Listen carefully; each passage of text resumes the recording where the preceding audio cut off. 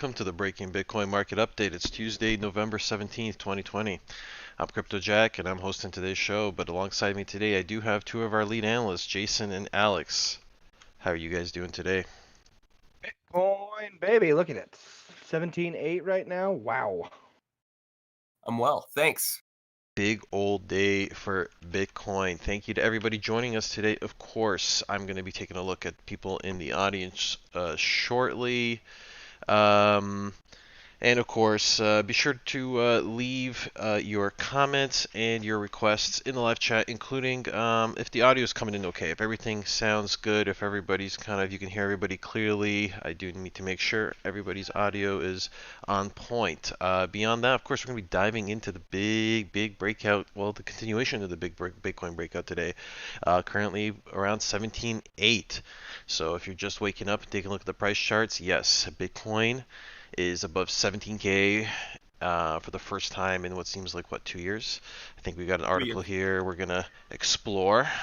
First time since January 2018, so nearly 3 years since Bitcoin's price hit 17K.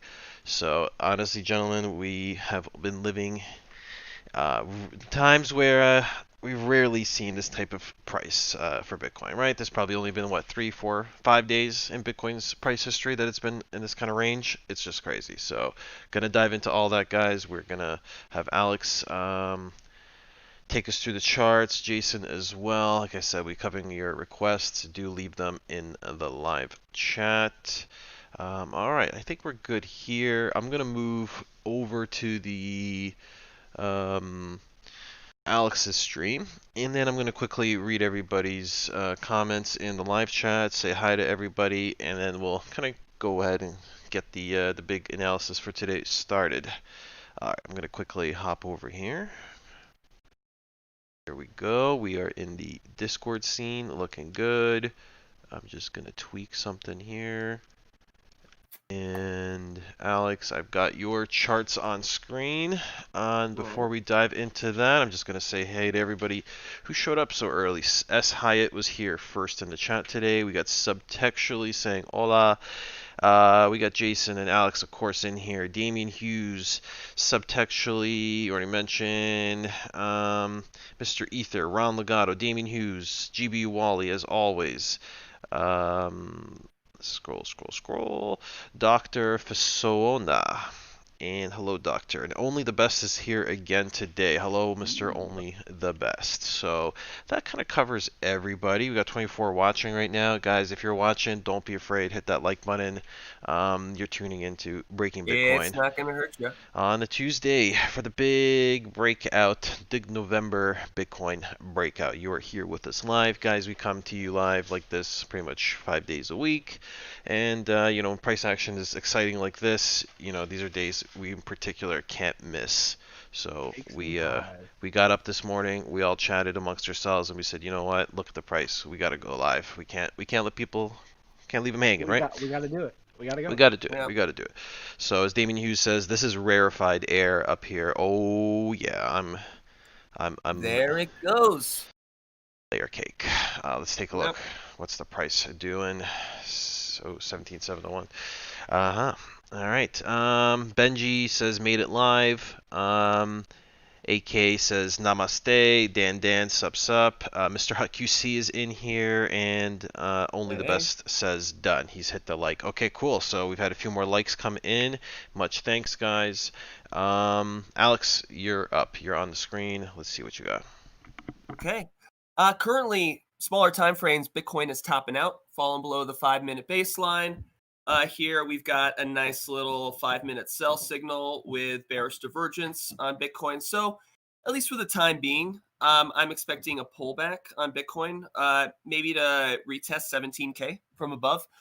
Or this could be this could just be Bitcoin finally being topped out after an amazing run, shown here, topping out on Fisher, which is pretty hard to do. At this point, do you want to be the guy that tries to call the top? Yeah, this is on the 3-day chart. So we're still waiting for a pullback into probably the 13K range, but definitely into the 15K range. I think the most important thing for us to consider right now is Bitcoin dominance, which is making a new high as we speak. So I mentioned yesterday that while Bitcoin dominance is rising, Bitcoin is it's the best choice to be in versus anything in the alt market, and that remained true overnight. As you can see, here you can see that topping on Bitcoin we're just talking reflected on market dominance right here.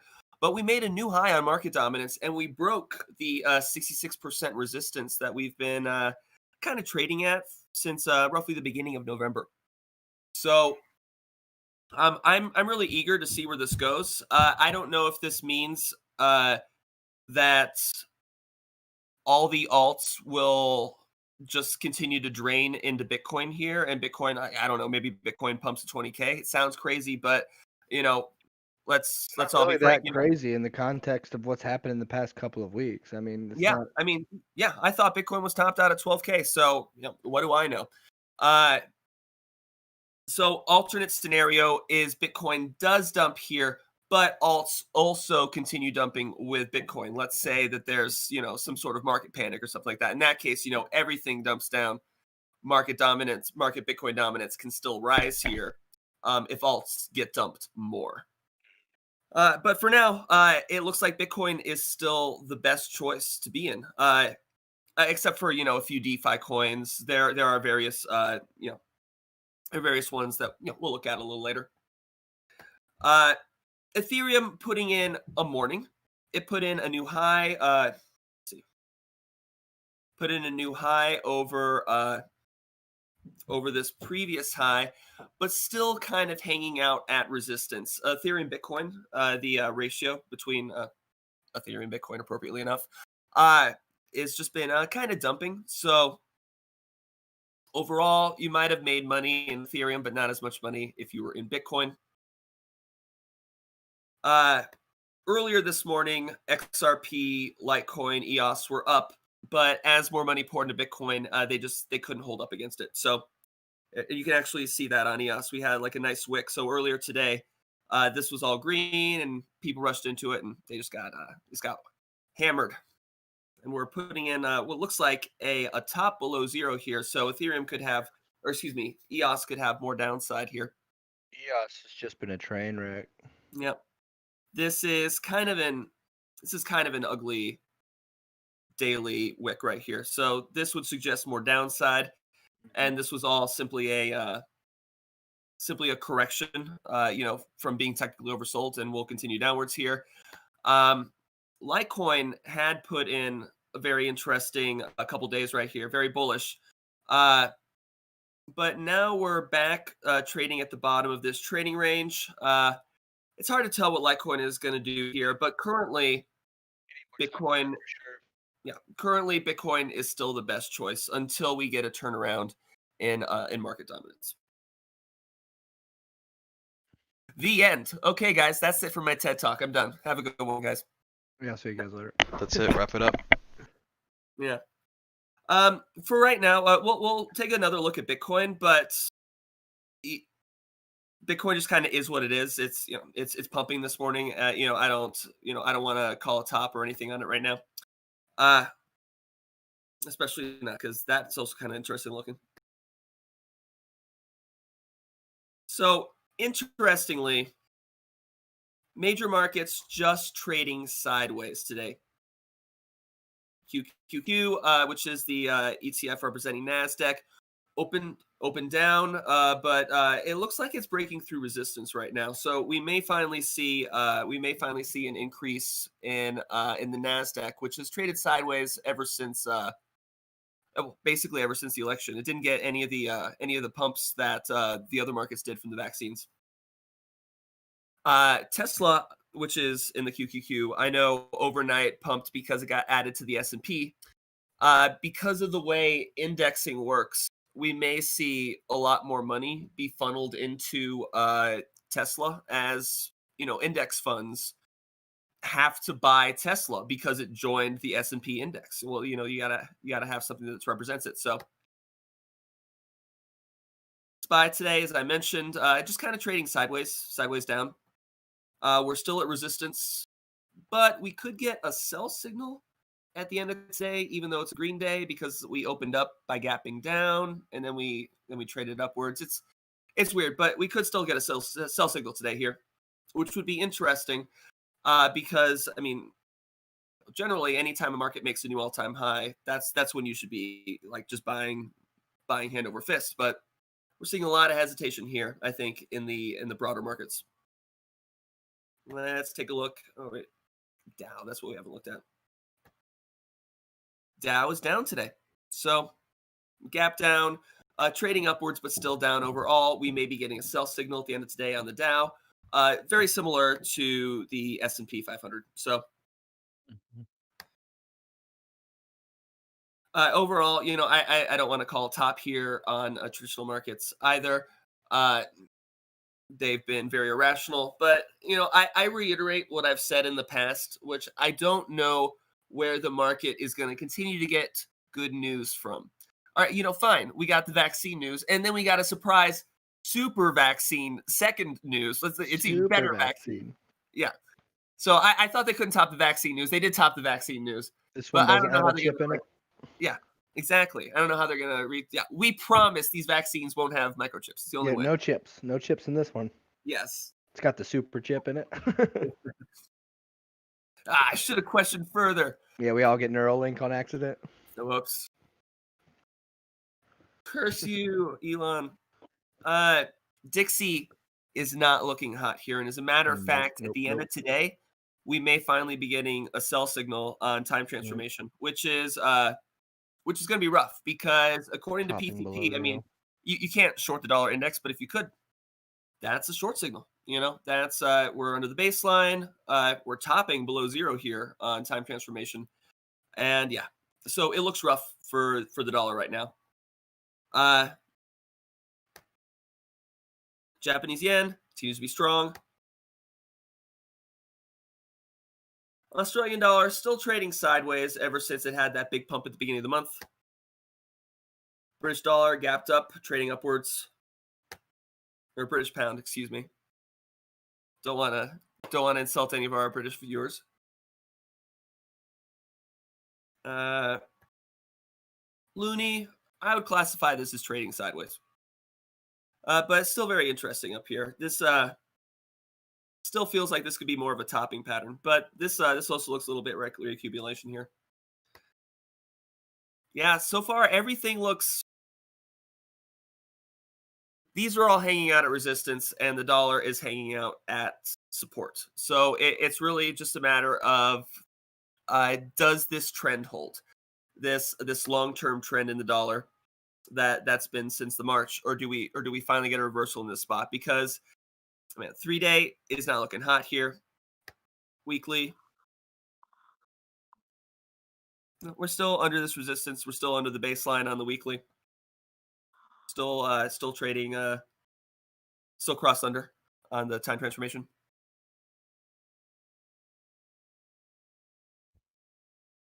So let's actually, now we looked at the indices, we getting a kind of sense of how each of the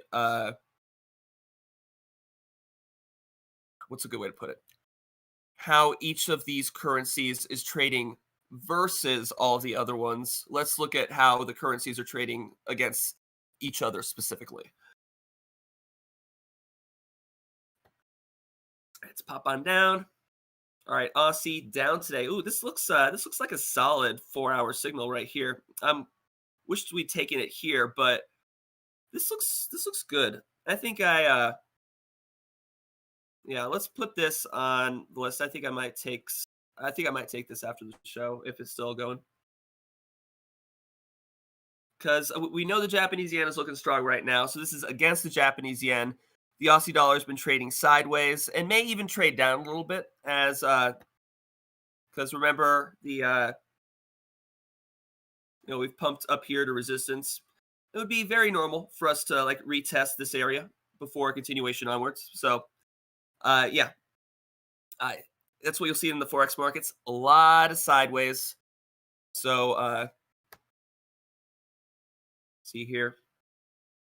Aussie versus New Zealand dollar. Yeah, this is the one that this mostly trades sideways. Like these tend to trade together, so I don't want to trade these against each other. Aussie Canadian dollar. You could maybe play like a kind of weekly baseline bounce. You could get up in there. We're getting a daily sell signal here. There. Yeah. You could trade this, I think, back towards the baseline and away from the weekly baseline here. But we don't have a PTP signal here. So that's to take a short, we really need to be below the baseline. So I think if Justin were here, he would say just leave it alone. So excuse me, guys. Okay, Australian dollar, US dollar. No signal here. Again, the Aussie's kind of trading down, so let's just leave this alone. Same here, although this is a very nice. This looks very topped. This is, right below resistance right here. Yeah, if you held a gun to my head, I think I'd rather short it back down this way than long it, as long as we're beneath the, this like area of resistance. I kind of skipped over the cat here. Don't want to give the cat short shift. Mostly sideways. I don't see anything here that looks very appealing. Now this could be an interesting short signal here on the Swiss yen. Weren't we? Isn't this the one we were talking about yesterday? Yeah. I said I didn't really want to take a short signal while we were still inside of the symmetrical triangle here. But this is, but with the wick here and back below, it looks really good. Yeah, and I think we described this one as looks like as if the bottom could fall out on it. No. That was British pound NZD. So Oh, yep, that's it. You're right. Yep. So I haven't entered that yet because again, the weekly it just started the other day, and it's just as well because we're up. This is where it was yesterday, and then we're here now. So I would be underwater, but it still looks really rough on the weekly.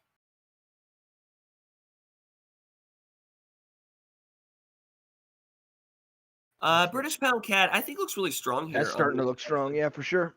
Yeah. Very nice. Very little white noise.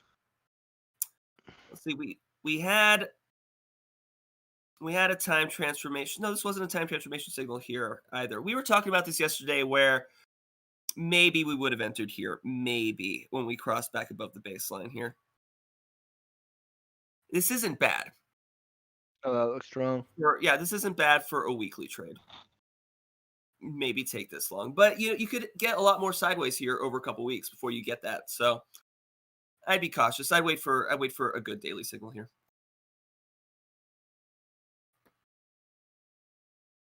Pound Swissy. Nothing really to do here. Got a sell signal on time transformation, but we're above the baseline, so same story here on pound yen. Now, pound US dollar. This could be a nice signal that we get at the end of today. Let's put a pin in this. So if we continue to close up like this, we should get a nice bottom above zero on time transformation. We'll be above the baseline, and let's check the volatility. Let's no, this gotta.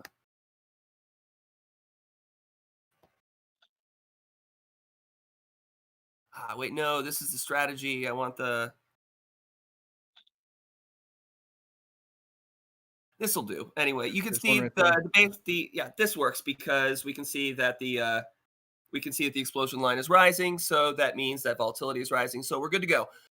We'll have a PTP signal here at the end of today on British pound USD. So we'll put that on our list. It's already on the list. Fantastic. Good job, Alex of the past. Thank you, Wada. You served your purpose. Be gone. Actually, I should get rid of BitMEX funding too. It's not doing us much good here in Forex.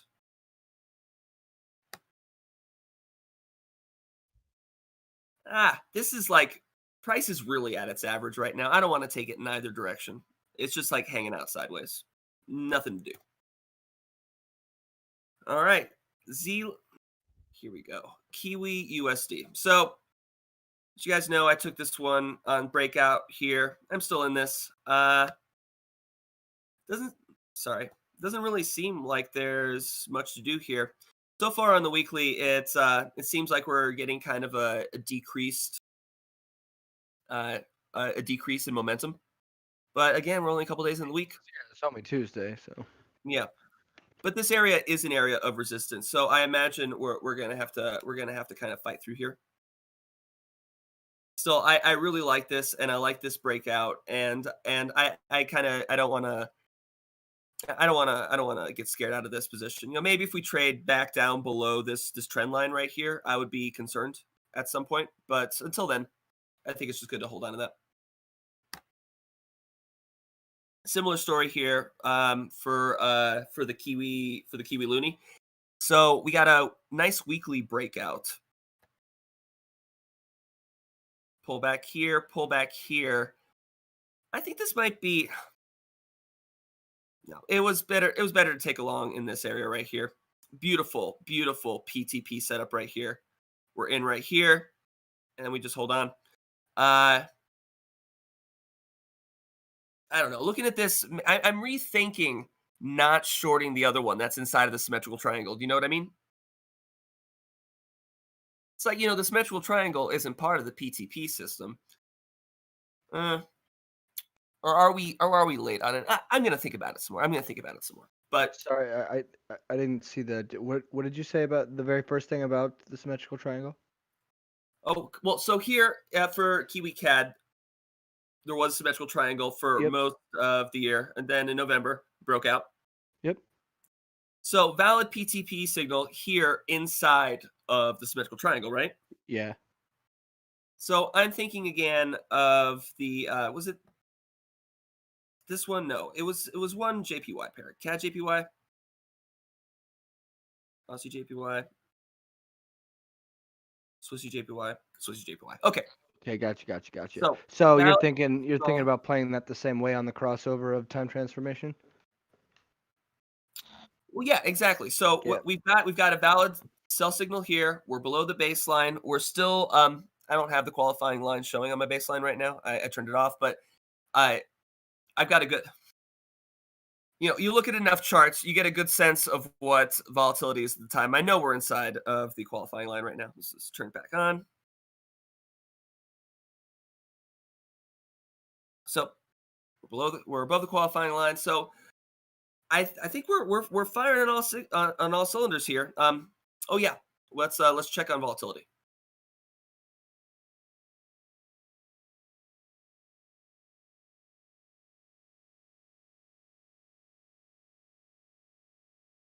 You know what? We don't have the volatility right now.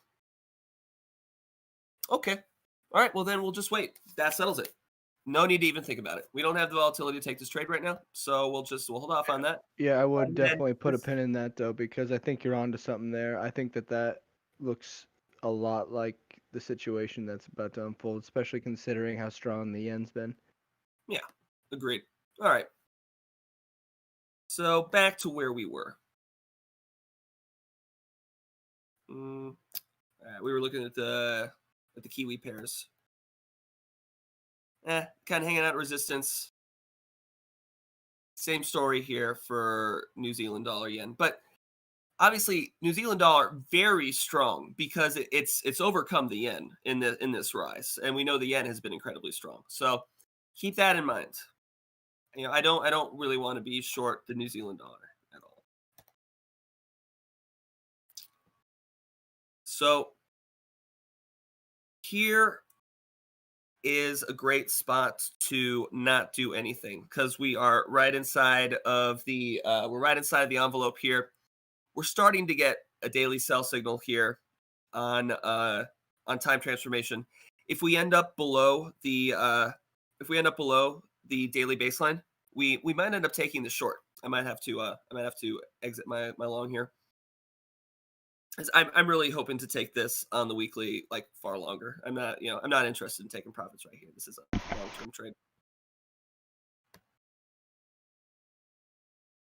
And then US dollar, Japanese yen. It looks rough.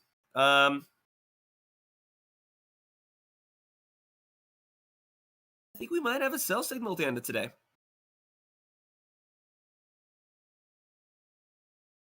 That's very interesting. So we're above the qualifying line. Let's check on volatility. I think we've got enough volatility. I mean, this is a lot of movement right here. Let's open up WAE again.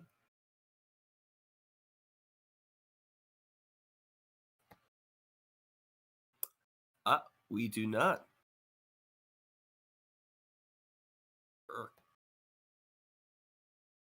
Oh, great. I closed it.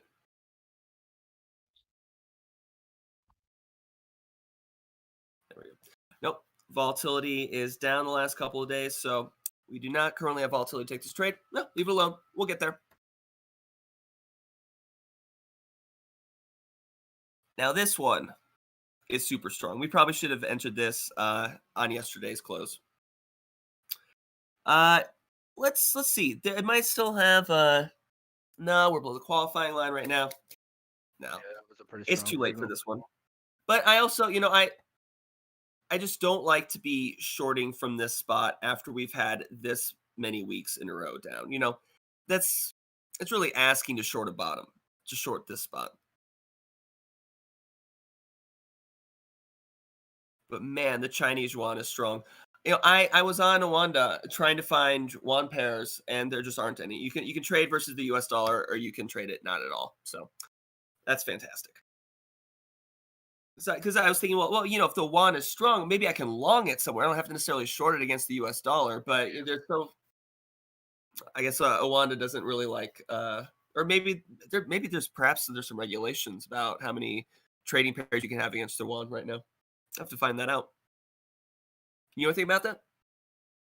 Me myself, I do not. Nope. Yeah. Okay. All right. Well, that's the forex markets. There's other. Obviously, there's alts and there's CFDs and stuff we can look at. Why don't we take a brief chart breather, look at some news or whatever for a bit? What do you guys think?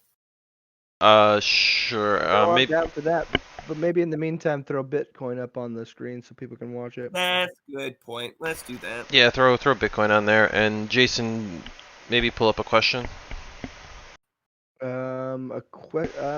There's only been requests so far. I mean, Oh, I saw a few questions kind of related to earlier analysis. I don't. Let me dig back.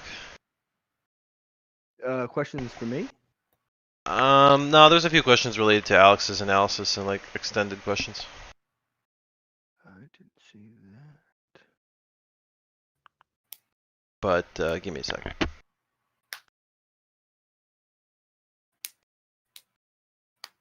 Maybe throw a request over to Alex for a minute to hold him over. We did have a super chat from GBU Wally. He would like to. First of all, he said, I think he was giving you a little bit of advice. He said, for when you get to the section, stop saying we'll be wrapping up and save it for the actual end. People tune out when you say those words. And then he said, and now for real, a request. USD CGLD on Coinbase Pro, please.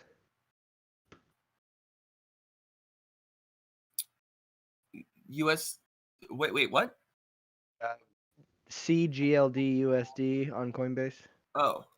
He just wrote it USD CGLD. Oh, okay. Well, that's not very helpful. Let's turn it off.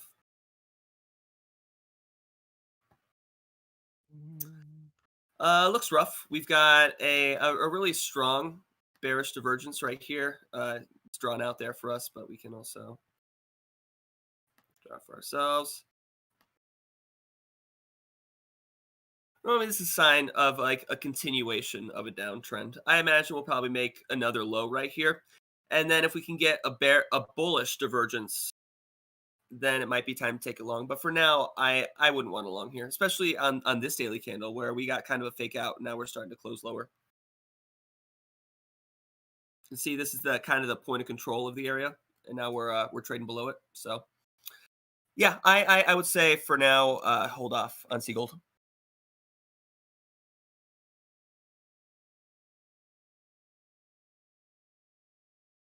Can you throw him another request?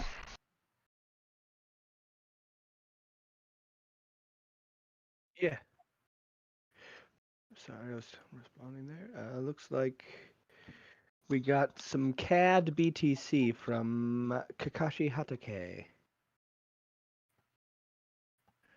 Wait, CAD BTC? Yep, that's what it's just copy and pasted. CAD. Huh. Yeah. Well, let's Did just try it. someone invent a coin? No, maybe he wants Bitcoin versus the Canadian dollar. Maybe he wants Bitcoin CAD. Yeah, I think that's what he was referring to. Oh. Although I'm not sure if that's going to tread much differently than a USD analysis. Yeah, apparently it's also not available. No, it's got to be. I mean, it's XBT CAD, I bet. Yep. Yeah. To the moon. To the moon. Yeah, that's basically this chart. Wow, I'm even richer in Canadian pesos, eh? Canadian pesos. Yeah, you guys are getting loony over there, huh? Yep. All right. If Plug you need another away. request here, looks like Mr. Ether's wanting Uni. Uniswap? Okay. Yeah, let's see what Uniswap's Well, up to. I hope that you guys did heed my advice to Exit. not rush in here, because you can see we're still like basically trading the exact same spot when we were yesterday that we were talking about it. So this is kind of like a fake out upwards, I would think. I expect more downside for Uniswap. Return to trading in this area right here. And then perhaps a retest of the bottom of this trading range. Ultimately, I don't think we'll ever reach this area. I don't want to say ever again, but anytime soon. Those are my thoughts. But yeah, still, ultimately, I wouldn't say I'm bearish on Uniswap token, but it's a little topped out.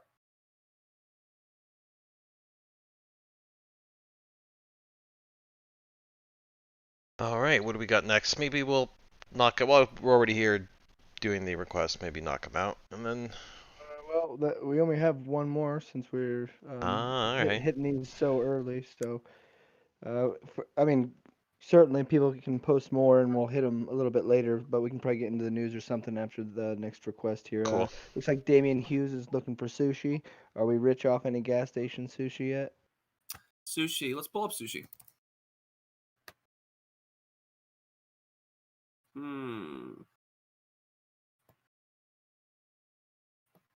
So it's just like it's just been kind of trading sideways for the last couple of days after pumping earlier in the week. Yep. So right now, if we can stay over this spot, that's good, because I would classify this as Support. I would have classified this as heavy resistance, and we're above it, and we've held there for 2 days. For sure. That's good. If we get back below here at all, I would expect us to This to never come back from the ashes. probably wick back down into this area, which appears to be an accumulation area for sushi. So yeah, this is a low volume node right here. I think ultimately,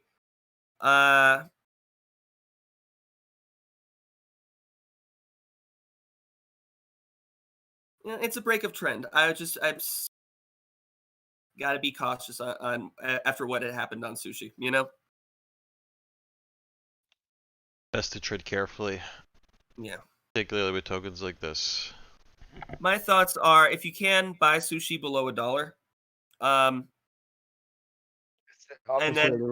then probably we will pump back above $1 again. I would feel safe. Like if I would feel safe telling maybe not a loved one, but someone who was close enough by to beat me up if I was wrong.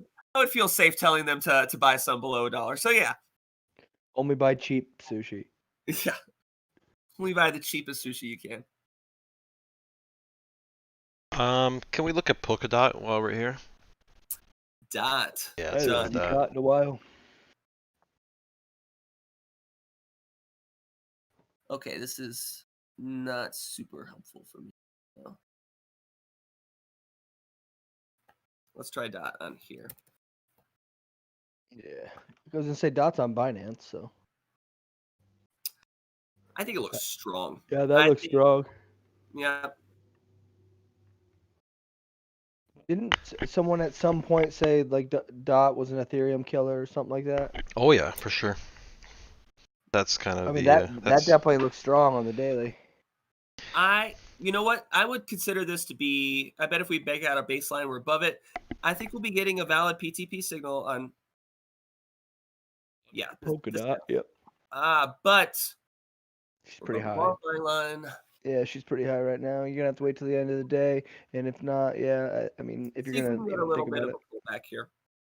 yeah, if you're even gonna think about that, it'd have to be at reduced risk. It's way too overextended.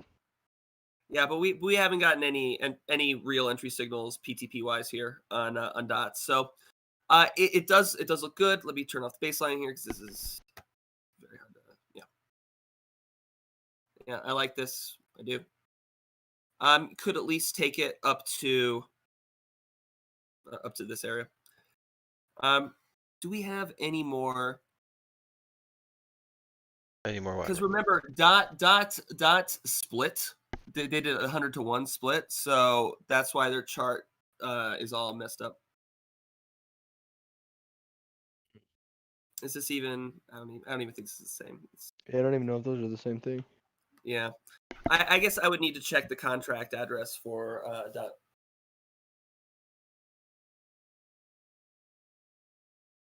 Okay. Oh wait, no, of course. So it's not an ERC20, so I don't even think dot is on Uniswap because dot's No. its own blockchain, right? Yeah, Dot's on Binance. Okay, so I'm sorry, guys. That was a foolish mistake to make. So no, it wouldn't be on Trinex.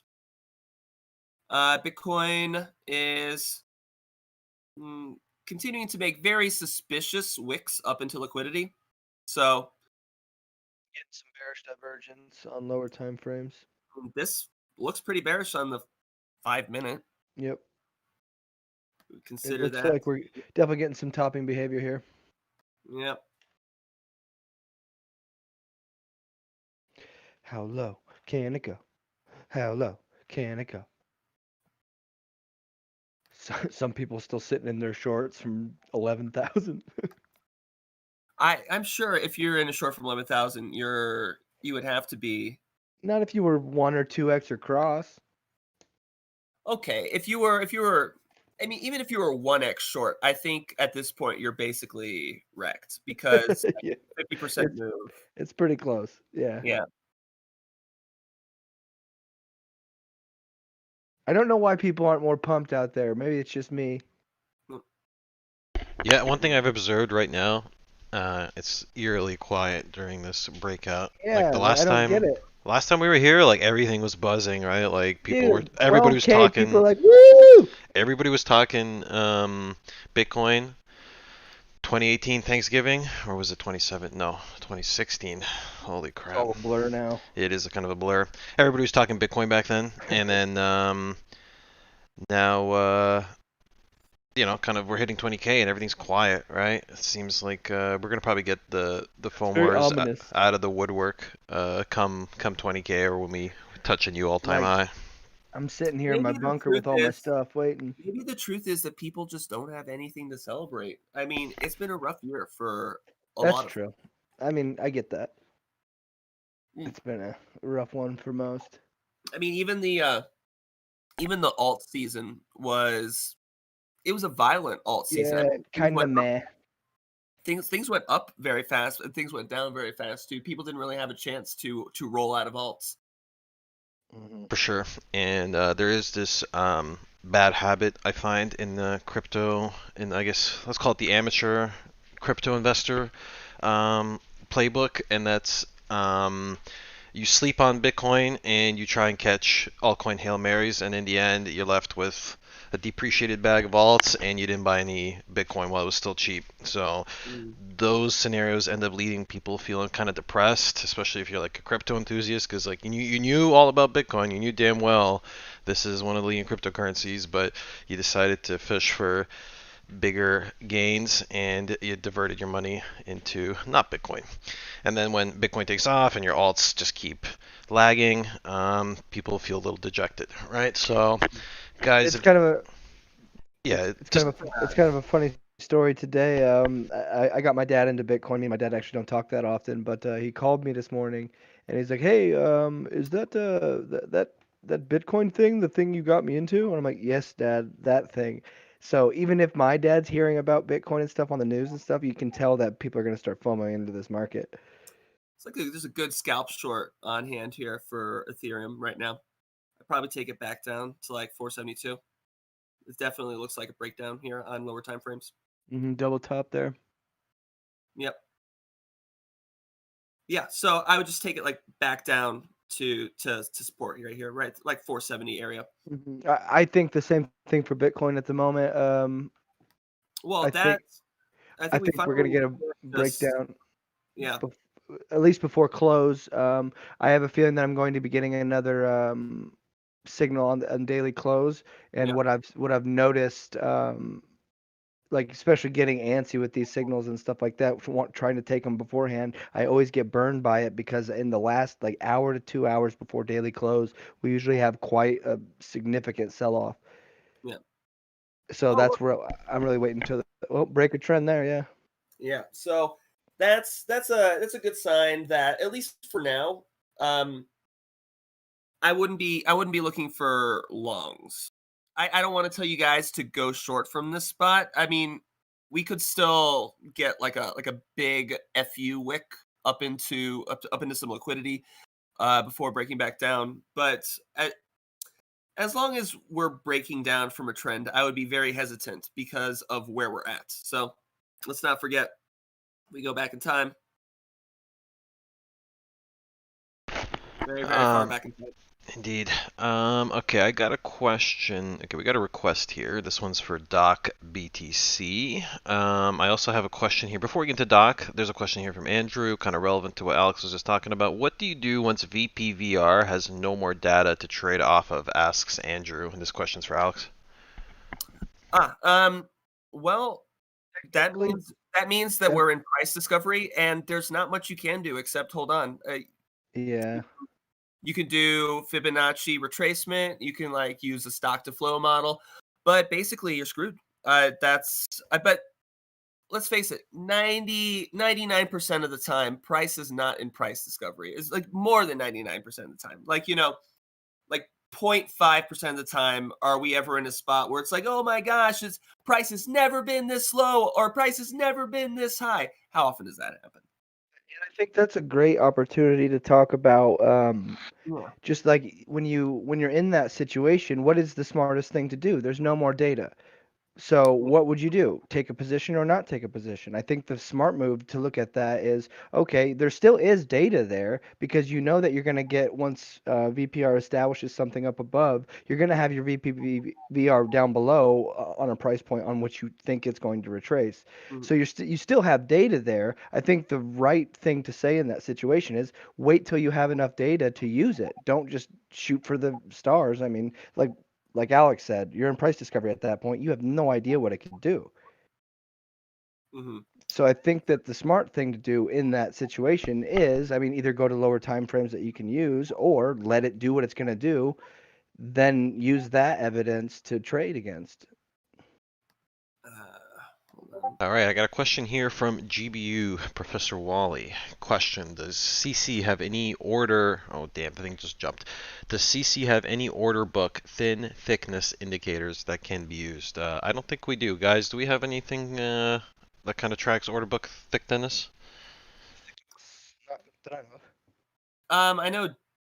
Is it Datamish or God? There's just so many websites.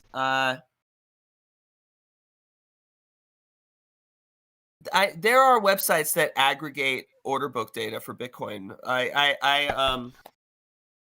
mean, I would check Skew. I would check Datamish. I would check. I for some reason the one that I know about is not coming Sentiment, to me, but sentiment, Glassnode. Sentiment, Glassnode. What was the one that we used to use? The I think it was Bitcoinity. Actually, come to think of it, Mm-hmm. yep, this is the one.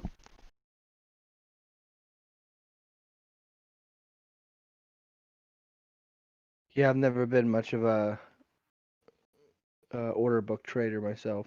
I just feel I like don't think it matters much if you're a yeah, retail. I just think that it's too unreliable and too subjective to build a system off of because it changes so much. Bookmap does it. Subtextually says is Bookmap one of the is is that relevant to what we're talking about? I think maybe it's Bookmap. I mean, that's one of the ones that people use, I know, but not one that we've used on stream, I don't Yeah, believe. also, I think you have to pay for Bookmap Uh, and Tensor charts. Tensor Tensor charts. charts. What we? Yep. Yeah. We But used to use the Tensor Chart Binance order book on doesn't. Tensor chart. But Tensor Charts doesn't show aggregated data. It shows individual data Yeah, for the different individual. markets, but it's not Yeah. aggregated. But we did use Tensor charts on stream. I remember that. Yeah, but it's not aggregated. So, all right. Well, this apparently doesn't want to open. Now I remember why I never used Bitcoinity. Free plug there, As Bitcoinity. GB Yeah. Professor Get your shit Wally together. says, Yeah. I Why would. don't you go die in a fire? Wally says, I would think order book size would help to put other metrics in context. Yeah, it could be a layer of information that could help. Yeah, I mean, there's millions of different ways to compile data to give you a good edge, man. I mean, I'm not gonna say it's useless. Yeah, I see a lot Like of. I already have. I've just got so many charts and metrics I already look at. It's like Yeah. I just don't know where my edge is going to come from looking at it. It's like nothing that I do really involves order books when I make trades or set up trades and stuff like that. I'm more in Woo-saw trade mode. I don't like to Yeah. have to look at order books and buy walls and sell walls going up and down and worrying about it. Still, we had the. That's a game for algos. We've got the audience coming up with several good recommendations here. I almost need to make a few notes of these, but yeah, subtextually clarifies that Bookmap has a free version and that they use the free version. And Robert says, oh yeah, Robert also concurs. Bookmap has a great free web app. And Robert says TRDR has the best OB. And I see a tensor chart someone mentioned, and Robert says trading light. Yeah, so if anybody wondering where to maybe look up some of these indicators or some of these tools, I see quite a few members have listed good spots to check out. Moving along to the next one, Jordan Stotts just came along and said, hello CC team. Hey Jordan, what's going on, buddy? And Damien Hughes just hit us up with the next request. So yeah, let's do those requests, and then maybe we'll dive into the news. All right, well, let's take a look at Doc first for Molia. Doc BTC. Oh, yeah, good. Doc. Right.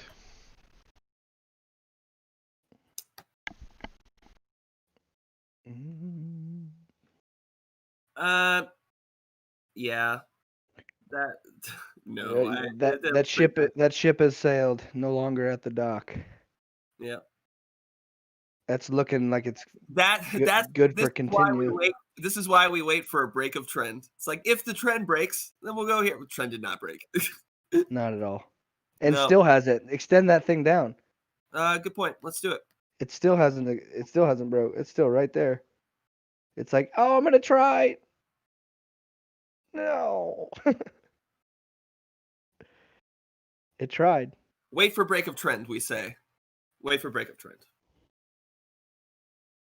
Yeah, weekly is also I would imagine rather rough looking. Yeah. Interestingly, we're starting to bottom out on TT right here. I definitely I wouldn't short from this area, but wait for a break of trend before even considering longing this again. But yeah, evidence that anyone wants to take it up there. Yeah, but I would imagine that we'll probably retest 150 again. But cakes and pies. But keep in mind, there's opportunity cost in grabbing something here and holding on to it and waiting. Like I would wait for like a confirmed signal.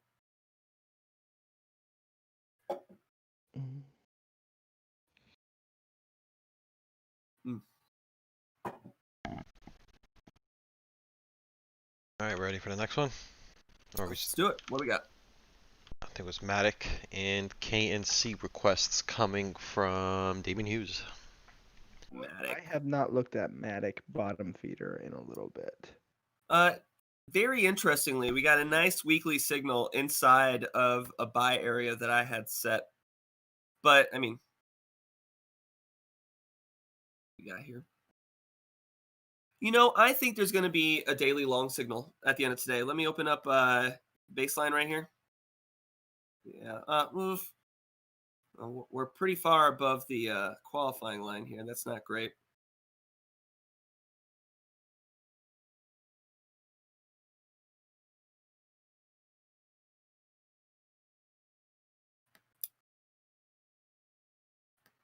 Matic looks decent.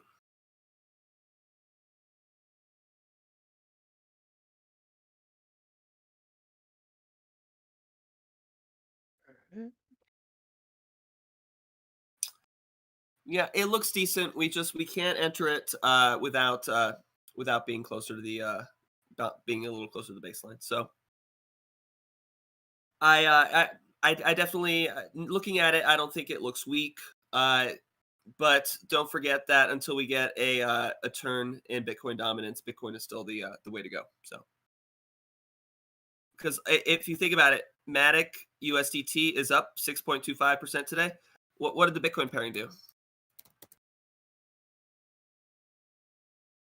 It traded sideways because Bitcoin is up 6% today, and all of Matic USDT's gain is because of Bitcoin's gain. So, yeah, this is not very confidence inspiring, but this is not an area I'd short from either because we do have a break of this trend, but not a break of this trend right here.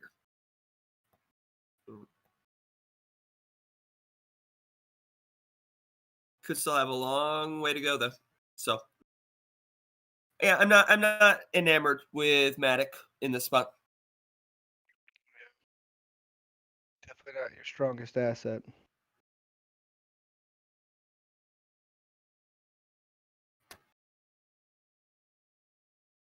BNB making oof. I think BNB broke support. Looks like it did. What's this on the weekly? Ooh, load. And that's interesting because I really thought BNB was going to do well. Yeah, definitely. I had these take profit areas, and I imagined that they were going to be more like reaccumulation areas, like we'd break through and then Yep. retest before continuing onwards. Yeah, that's Guys, we got a interesting. long way to fall on BNB. Binance Coin if this continues. There's some whoops.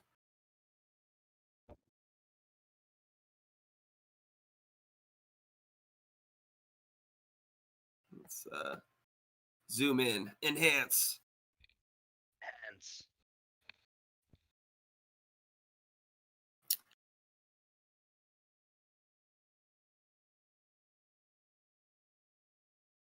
Well, I imagine we'll probably hang out at this point of control for a little while, but I would really like to see this area retested, this previous all-time high spot. Or I guess it's kind of what we're sitting on top of right now. Yeah, BNB is looking pretty rough here. Maybe we can take a quick look at Doggy Coin, Doggy Sure. coin? aka Doge, depending how. I don't know why people call it Doge. I don't think it was ever Doge. I think it was Doggy Coin since day one, guys. I've only ever heard Doge. But I've only ever heard those, buddy. Jesus, well, it's because you guys are Jesus. a bunch of Johnny come latelys. Yeah. Okay, I was down here. I was down here at the puppy mill, getting Doggy off the ground back in 2015, while you guys were still fishing quarters out of friggin' vending machines. Back in my day.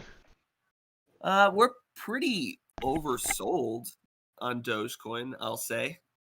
If you think it's worth something. I mean, I don't think most of these assets are worth anything, but That's they cost true. so. And it's like the original meme coin. Yeah. One of them. Yeah, screw you guys. I bought him big during that TikTok campaign. Sure you did. Did you buy Justin Sun's news too? Yeah, they hyped that one up too for me on TikTok. I got wrecked. Yeah, I don't think Doge is a good idea here. I would wait for a buy signal on time transformation. Right now, all time transformation is saying is like, man, we've been going down for a long time now, and yeah.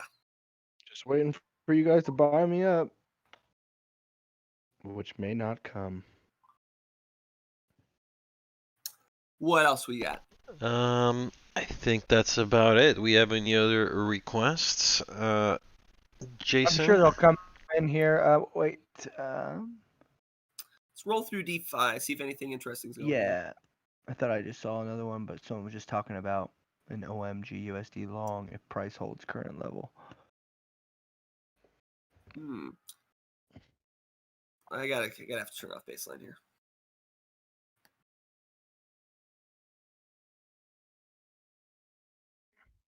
YFI still tapping at resistance here. This is almost a breakout right now,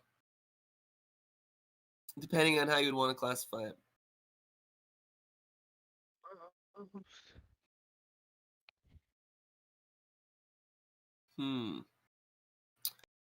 Very nice signal here. This is a bottom above zero, so good continuation signal yesterday. Should have taken. Swipe here. I think I kind of like this. This is definitely a break of trend.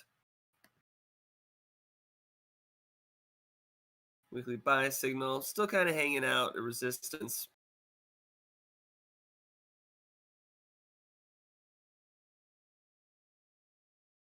I gotta say, I'm not happy with the daily wick. If we close still below here, that's a bad sign. The 12-hour, not inspiring confidence. 4-hour, not inspiring confidence either. 3 tops here. Yeah. So price is getting absorbed pretty well there. Yeah. Meta, not time yet.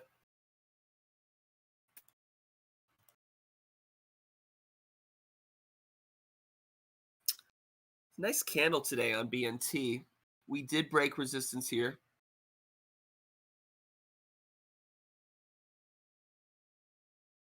Ooh, be a nice weekly buy signal. This could be legit here on Bancor.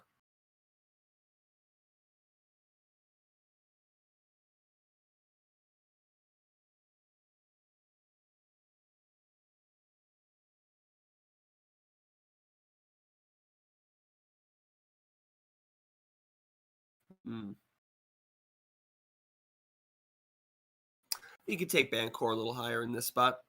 I don't want to take it, for a longer term long until we break this this resistance, this trend resistance. But this is a nice signal we're gonna be getting here at the end of this week. I do like this wick into the point of control in this area. And we've got an awful lot of room above us to retest resistance. So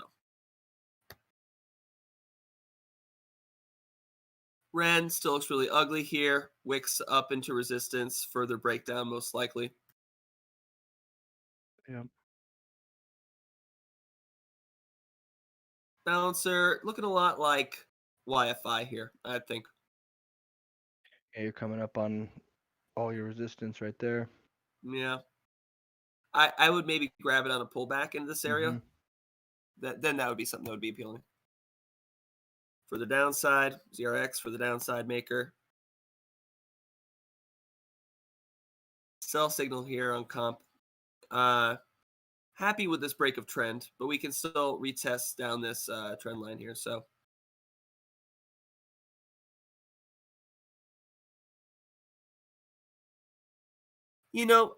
I bet you could still take this a little bit higher here.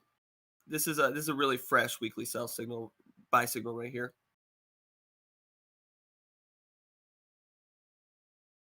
Yeah, you could get bottom above zero there, and then price gets absorbed. Yeah, I would wait. I would wait for a time transformation signal buy, and then I think that's good. I think comp's got some room to run up here a little bit.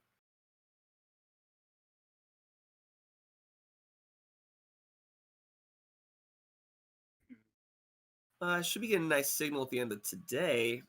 Not super stoked about this wick. It'll still be fine.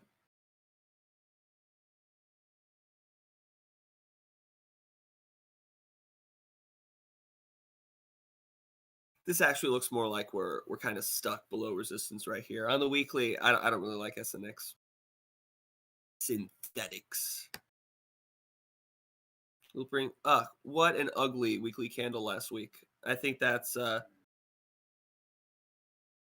definitely means there's probably more downside here for loopring, even though we've got this break a trend right here. This wicked so fast was kind of hard to take advantage of this.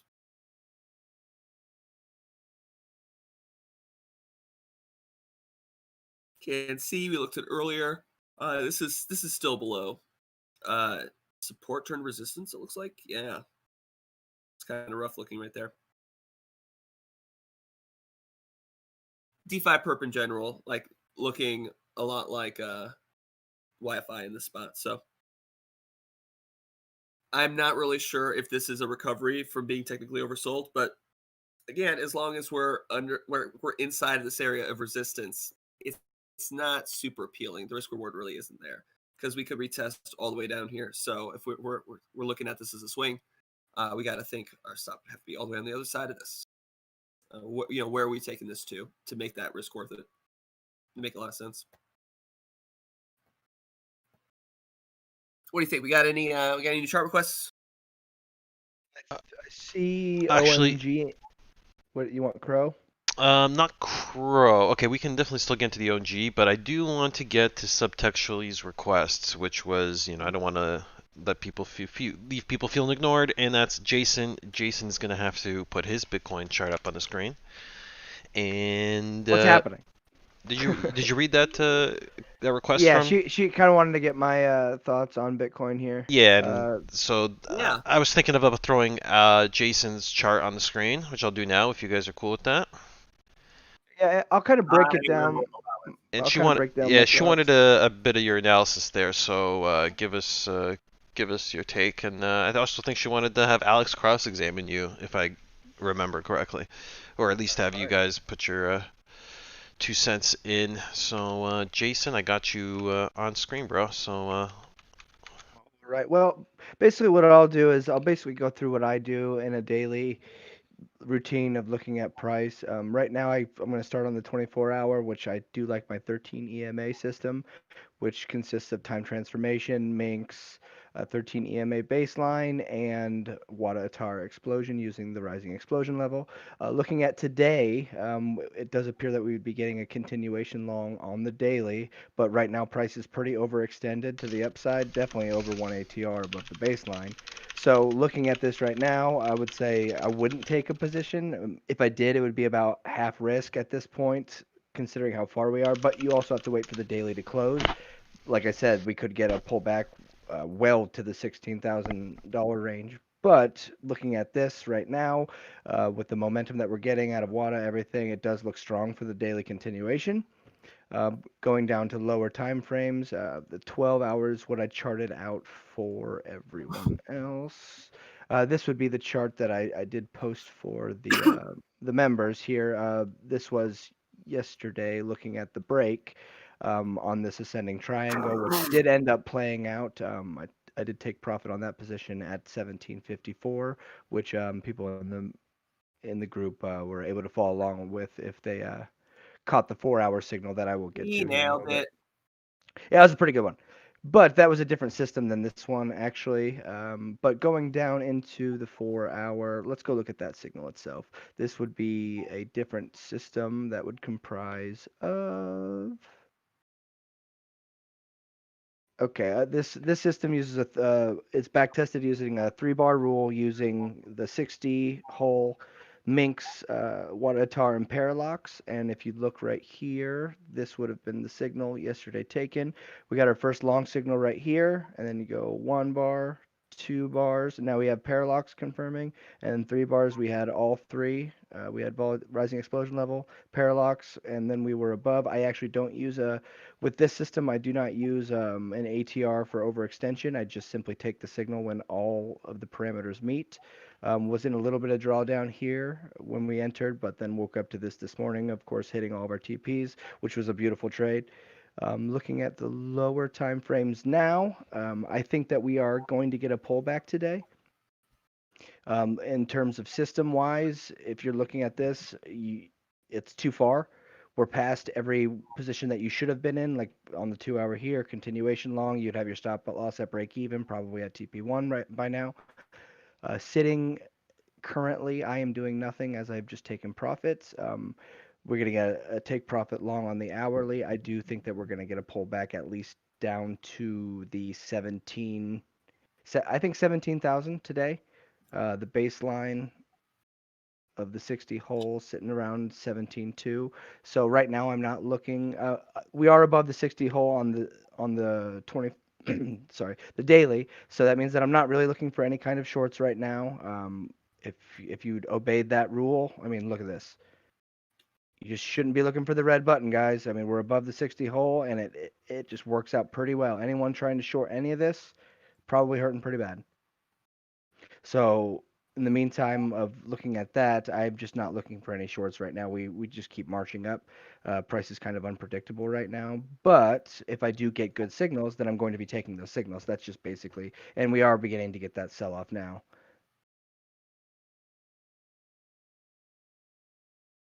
But I guess overall, that's where I'm at right now. We had some great positions that have hit their take profits. The last take profit was 17,720. And now we're just kind of sitting on the sidelines, seeing what's going to happen here. I think that we are going to get a lower time frame correction here. But as for the weekly, I don't know. We could see new all-time highs this week. We just don't know. Yeah, I mean, I'm certainly shocked that we're hanging out here where we are right now. So. Yeah, I mean, even the 4 hour signal I took yesterday, like we had a great signal up to that point, and part of me was arguing with myself. I'm like, man, maybe I shouldn't take the signal just because things are already going good. I don't want to shoot myself in the foot. I did take it at reduced risk, but I still took it because if you're gonna build the systems, then you gotta trust them when they signal, man. Yeah. There you have it. And as only the best says, it's all about those indicators. And discipline, guys. Like it's just about discipline. Anyone can do this if you stay disciplined. You guys make it look easy, but that's what we do at Cracking Crypto. We try and teach you how to trade like a professional. Try to make it easy for you. Yep. Try to make heads or tails of a chart and tell you which way to strategically place your trades. It's just more fun that way. Subtextually says, whoever thinks Jason doesn't trade using a system because of the amount of signals he puts out is just uninformed. Now they're all informed. Yep, exactly. So I just make a bunch of systems, guys. Although, like that's the thing. Like the whole rule was you can't trade without having a system. So in my head, I'm like, well, let's just build a bunch of systems so I get a bunch of signals. but I also don't take that many signals. Before I got to cracking crypto, man, I was doing way more day trading than I should have been doing. Like now I put out maybe 1-2 signals a day, if that, and I think that's actually pretty good. And I do that pace just because I know people want signals, and I also want to have a life myself. So I think that's a good, happy medium. Well then, well said, well said. Indeed, these are some of the these overarching lessons we try and teach people here. As Peckham08 says, sorry, I'm late. Oh, damn, we're mooning. Yes, boy, you woke up late, but you came in just in time. Make sure you take those profits. I'm going to scroll up a little bit here. Okay, listen. Jason, you got your screen still up, so we're going to throw these last couple of requests to Jason before we move into the news. Jason, Mr. Ether wants to see band. Can we throw a band up on there, guys? Sure, you want to pull it up, Jason? Yeah, Jason's on this one. Band USDT. Okay. So looking at this, utilizing what would be my 13 EMA strategy, I actually do like this price consolidation here, but it looks like you're getting a baseline touch right here. Good crossover on time transformation, but this would be a time when I wouldn't be doing anything, letting price kind of do what it's going to do. I have a feeling that you're going to reject off the 13 EMA here, but if you are in a short, then you probably should be taking profit on it right now. It does appear that we're getting some price appreciation in the meantime. Oh, sorry, we were on the hourly. My fault. Whoops. Oh, okay. So the daily, it does appear to be getting a continuation long today. WADA is not there, but you don't need it. You are getting a rising explosion level, with a crossover on-time transformation. I actually do think this one looks pretty good for a continuation on the daily. With volatility rising and water rising. I would say look at this at the end of the day. If it closes the way it is, I think this is a solid continuation signal, my friend.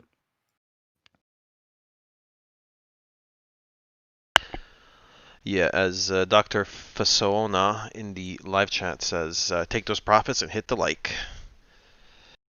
And as T-Dub says, better late than never. Did you guys already do Litecoin, he asks. And Damien Hughes says, Nope. no Litecoin yet. So Jason might as well put the Litecoin up. Yeah, Yep. we did the Bitcoin, but not the USDT. We did not do. Looking pretty good here. Overextended on the daily. I wouldn't want to get into it right now. You should have been in this. Well, I'm just talking about from the system that I am Oh, talking. okay. Utilizing the 13 EMA, you would have been in.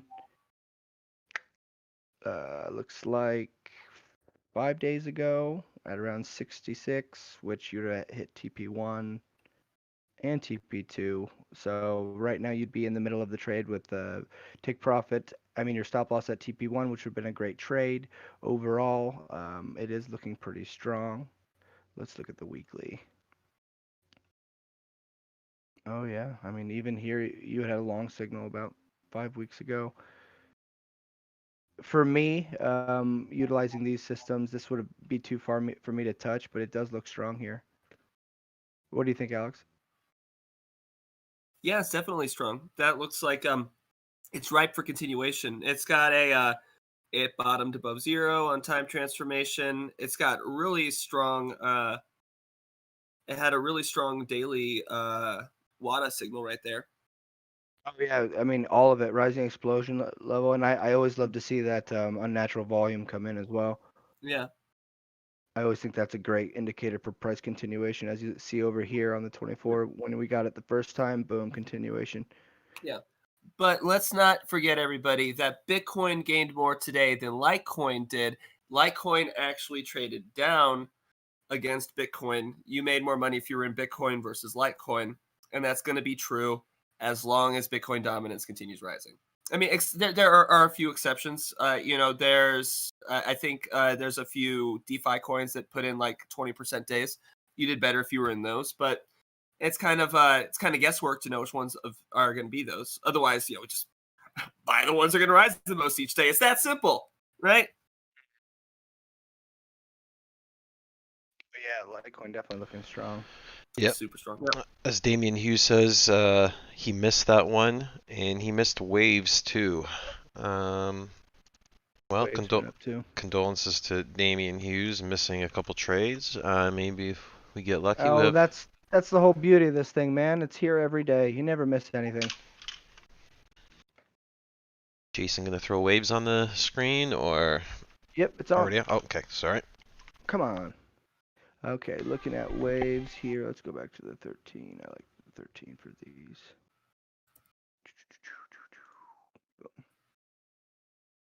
Okay, you got a continuation long off of waves 4 days ago, which would have already cleaned house. You're beginning to get a time transformation after 7 purple dots. I think that you're likely looking at a reversal here. But that is a nice close. As for the system that I'm looking at, you would be completely out of this after a great trade, and I think that you're more likely to see a reversal to the downside, at least a baseline bounce, so I wouldn't be looking to enter anything long on waves. It very well could continue, but I don't like it here. All right, well there you have it. And finally, we're gonna get Jason to do one more, and it's gonna have to be Chainlink. I see who requested Chainlink. Mr. Bozidar Kostik requested Chainlink. SDT. It's been a while since I looked at old Linky. And guess what? You're getting a continuation long on today's candle, and I do like this pattern. So we got a bottoming above zero on time transformation there. Yep, absolutely. With Minx also confirming that you don't have to have WADA, but you have it a rising explosion level and complete. I think this is a great signal to take at daily close. It looks pretty good. Yeah, I'll probably be putting a link on the list. But it's trading down against Bitcoin right now. Is Link only trading up because Bitcoin's trading up? I mean, it could be. We could be just getting some Let's look at Link BTC. arbitrage. Boom. Yeah, we are trading down and breaking below.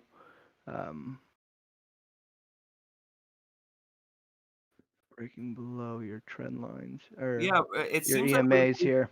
it seems like we're trapped under support trend resistance in this spot. I think that's a good thing to point out. In this situation, it makes me question taking the long or whether just to focus on BTC as it appreciates right now. Because yeah, you could be working for nothing.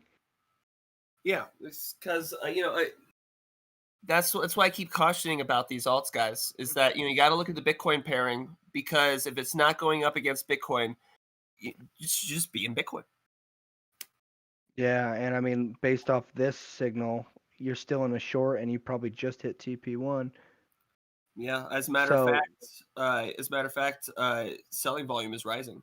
Yeah, so I mean that could be a good spot on that on revising whether you take that position or not. And also to everyone watching, important to make sure that you check these things because you can easily like, oh, yep, I got a signal, let's take it. But there could be evidence that's like, okay, maybe that's not such a good signal. And if we do miss it, who cares? At least you were being capital preservation is the name of the game. You have to be really careful with USDT pairings because if Bitcoin is rising, all USDT pairings are going to be rising. But if they're not rising more than Bitcoin, then it's you're losing money versus Bitcoin. Just being Bitcoin.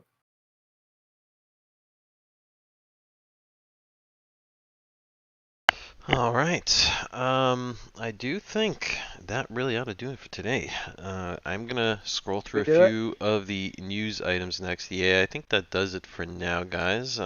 We did cover almost everything and anything that was requested. Maybe just real quickly sneak OMG USDT in because I see only the best talking shit in the chat. He's saying OMG USDT would have been a perfect entry if you guys just looked at it when I told you, when I made the request. It can pull back though, who knows. So according to OMG USDT, we were according to only the best in the live chat, we were sleeping on OMG USDT. It hasn't moved that much, man.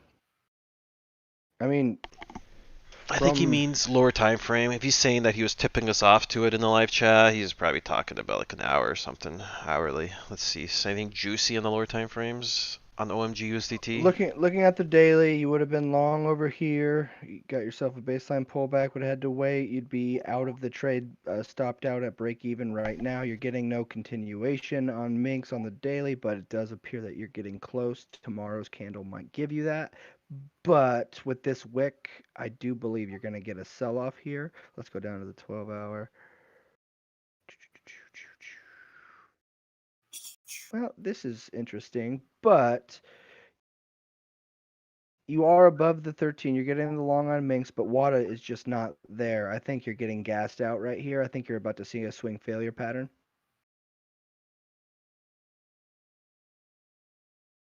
But 4-hour. Yeah. I think that taking this to the downside would be the better call than taking this to the upside right here. You've already stopped out on this. Looking at OMG, I think you have further downside before you have further price appreciation, to be honest with you. I think that you're going to at least test 3.16 before you go anywhere to the upside, but that could be absolutely wrong, my friend. Indeed. You would already like using this system. You would already been in and out. So yep. You're just waiting on continuation if you're gonna get it. Hey, Alex, what are you and Andrew talking about in the live chat here? What's this about him contesting the claim that ETH is going to 470? Oh, well, you guys remember when I drew out that small little symmetrical triangle and it looked like it was going to break down? Well, ETH shot right back up through that, and Damn. now so it didn't work out. So I was like, yeah, you're right. Totally didn't. Yeah, it doesn't look like it looks like it's ETH looks like it's better to be long right now. Although ETH Bitcoin is still, I don't know. ETH Bitcoin's recovering a little bit. If we recover more here, then could be good. Breaking out of a looks like a descending broadening wedge here.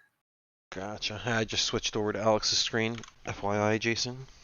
No worries. So he can show us his Ethereum That's Bitcoin triangle here. So, or wedge getting painted. well, descending broadening wedge, yes. So actually, yeah, we're holding above everything here on Ethereum, and retesting these highs. As T-Dub says, he's still in his Ethereum long because ETH 2.0 is coming. Yep, the ETH 2.0 is around the corner, guys. All right. Peckham08 question: what was the consensus about the Uniswap closure of Ethereum staking? I don't know too much about this Uniswap Ethereum staking being closed. Alex, you know anything about it? What I do know that they I have Uniswap. no opinion. Yeah, I think Uniswap pulled back. I don't know if this is the same thing, but they pulled back on some of the divs, some of the dividends, some of the rewards. I don't remember all the details. So maybe it relates to that. We have to look into that. No, I no don't opinions. have an opinion because it's just one coin out of like 2,000 that I look at. I mean, here's how much I care about Uniswap. What's the coin doing right now? It looks like it's going up. Maybe take it long. That's how much I care about Uniswap. You know, it's just one other coin, guys. Don't get married to it. Like Yeah, everything that's else. pretty much the same for me on everything but Bitcoin, man. Yeah. Indeed. All right. So, real quick, thank you to everybody still hanging in there. 62 people still watching. Good show so far. We covered a lot of requests and had a lot of good engagement today. We're going to quickly transition into a bit of a news scene here. So, we're going to take us through the news real quickly. Some of the stuff I have been looking at today. All right, let me just switch over to my browser. And all right, first story is going to be Bitcoin mining pools begin signaling support for Taproot and Schnorr activation. Something we talked about a few weeks ago here, and then a few months before that, of course, is the upcoming upgrade to Bitcoin in the form of an improvement proposal that's going to integrate Taproot and Schnorr signatures. Justin did mention this, and we did a story on this a few weeks ago. You know that it was officially kind of in the final stages of being put out as a improvement proposal.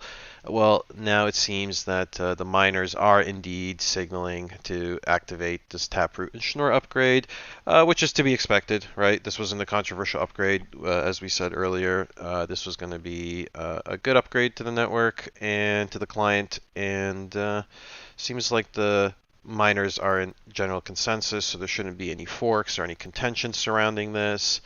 So just for anybody who was wondering, yep, Taproot and Schnorr on track, and could very well open more possibilities for making Bitcoin a little more flexible in the future. Maybe do some more creative things that start to approach, maybe more smart contract-like abilities. All right, next story. Let's see here. Oh, I might have to shrink this down. This thing is. Let's take a look here.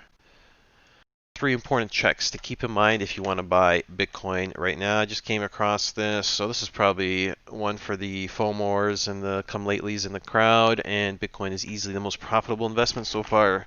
Since November 2020, it's had a 29% return, right? So this month alone, we've seen, almost 30% gains in comparison to other assets. People still fight that. Indeed, and it's obviously going to be attracting lots of attention. So with Bitcoin outperforming each and every last one of them, is investing in Bitcoin a no-brainer? So clearly this is an article from AMB Crypto aimed at new people flooding into the space, which is undoubtedly what's happening right now. So when did that come out? This article? just Yeah. today, 3 hours ago. Okay. So it So says, they're saying Bitcoin's a good buy at 17,000, and that's a no-brainer. no, not necessarily. They're saying so. They're saying kind of like colloquially, so investing in Bitcoin's a no-brainer, right? Well, the article goes on to say, well, what month should you be investing? What quarter? What Well, that's cycle good. or phase is Bitcoin in? And so, for anybody who's kind of fresh, and if you're watching the show right now and you're wondering, you haven't bought Bitcoin before, you're new to us, we do get those people in the comments sometimes saying is now a good time to buy. I'd say point them at this article here, 3 important checks, because this does kind of show you Good, this because the title is a little misleading, and I would want people to read more into it, because anything that's going to educate people, I'm really excited about. But you know how people don't usually read the whole thing? Like that title is kind of misleading, like, oh, go buy Bitcoin. You know what I mean? But I love that it's trying to get people to actually be careful on what to look for. That's great. Indeed, and one of the things it kind of covers is this idea that Bitcoin, like most assets, runs in cycles of booms and busts, right? So we're definitely a bit of a boom period right now, and that's something to keep in mind. And when you enter at the top of markets, you do, possibly expose yourself to a lot of risk. So this does kind of cover important things that, yeah, these are real 101 things in the crypto space, especially for newcomers, including this concept of dollar cost averaging, DCA, which is, don't buy everything at once. If you want to build up a little bit of a Bitcoin nest egg, you don't have to do everything at once, right? So if you wanted to invest 10 grand right now into Bitcoin, the advice would usually be just average that out. Spend 10 grand over the next 10 months, let's say, on Bitcoin, and it might average you out into Bitcoin. Now, I know it might seem like Bitcoin's ready to run away and hit 100,000 tomorrow. It very well might not do that, right? We might see a giant correction, December 1st, January 1st, February 1st. By then, we might be back in the 12K range for all you know, or below that even. By stretching it out, it gives you opportunity to get exposure to, potentially lower prices, sometimes higher prices. It averages out. This is a concept that I'm sure most of us here are very familiar with. But for those who are new, well, I point them to this article because, again, it covers some of the cyclical nature of Bitcoin, where we are, and where you're kind of showing up in the market. So recommend this one. Moving on to the next story, also from AMB Crypto. Why is Sushi Swap pumping? Let me just center this baby here. Yeah, please do. So in the past 24 hours, apart from making headlines, SushiSwap gained 9.25%.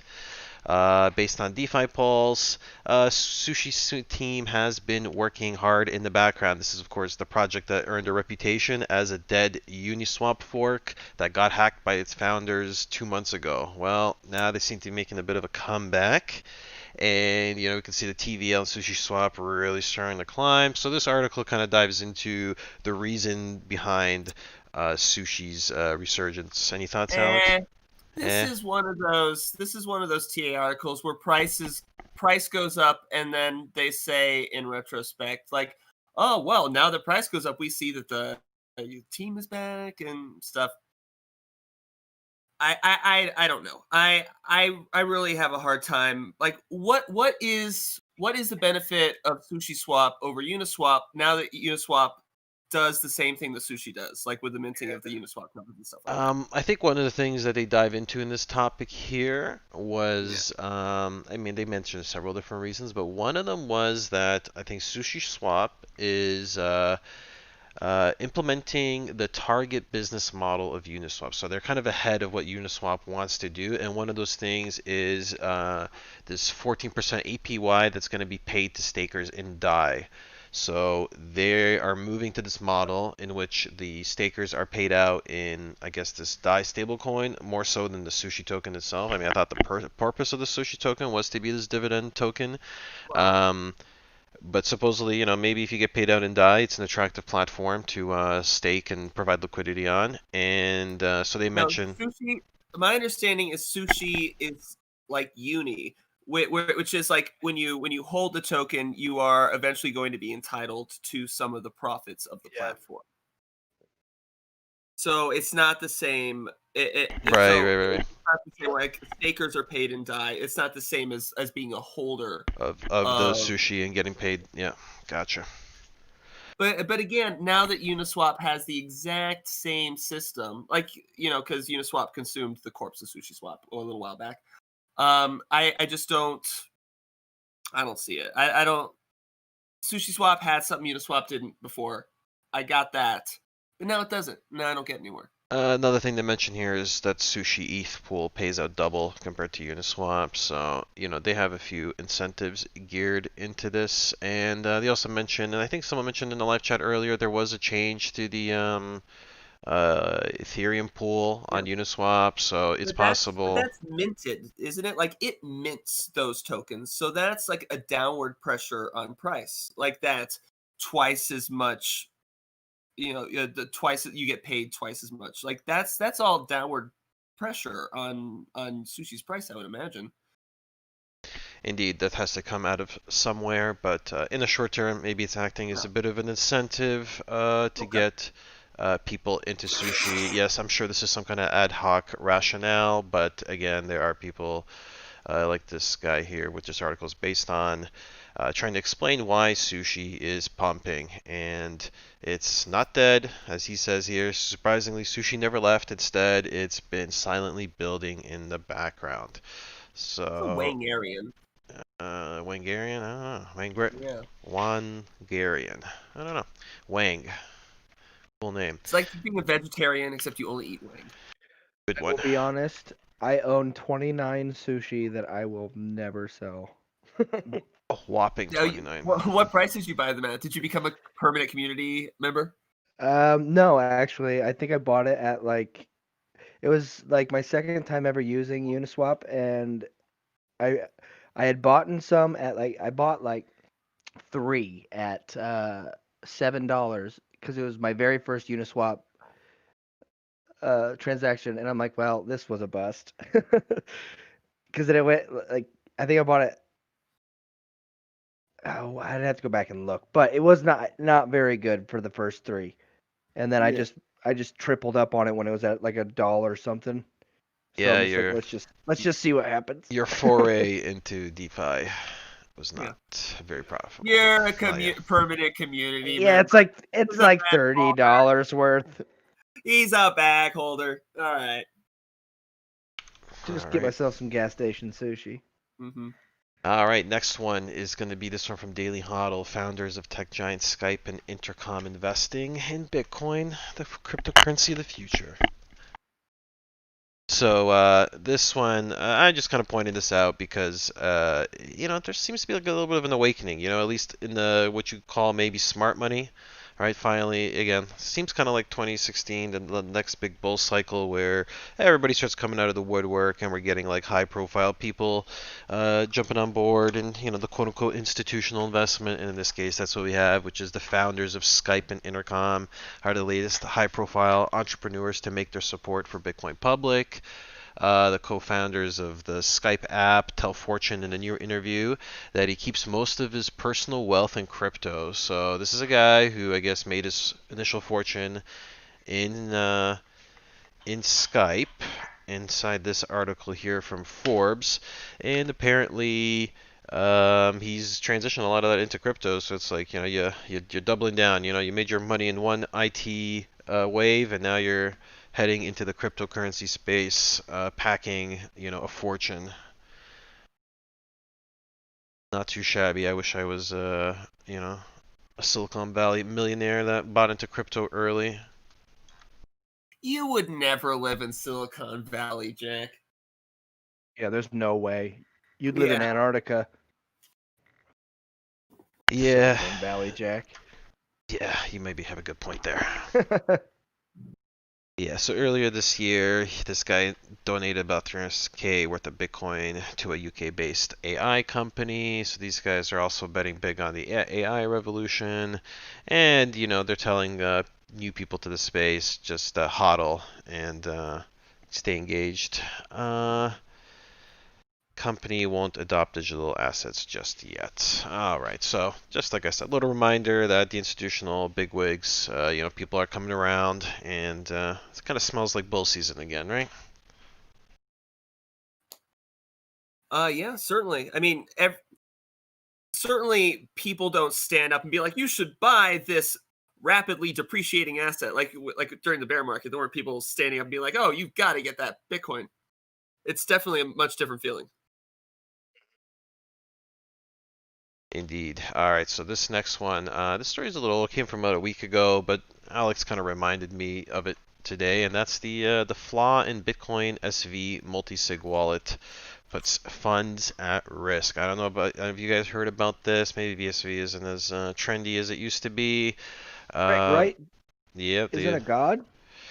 Well, there's a lot of other people, a lot of hands in the cookie jar. He's not the only one developing, but somebody cocked up their multi-sig function. So the BSV fork, which forked from Bitcoin Cash, with itself forked from Bitcoin, wanted to create a faster payments-focused blockchain, and that required gutting some of Bitcoin's key technical features. So in doing so, they gutted Bitcoin's pay-to-script hash, the P2SH function, which allows a user to send a transaction by signing it to a script rather than a public key address.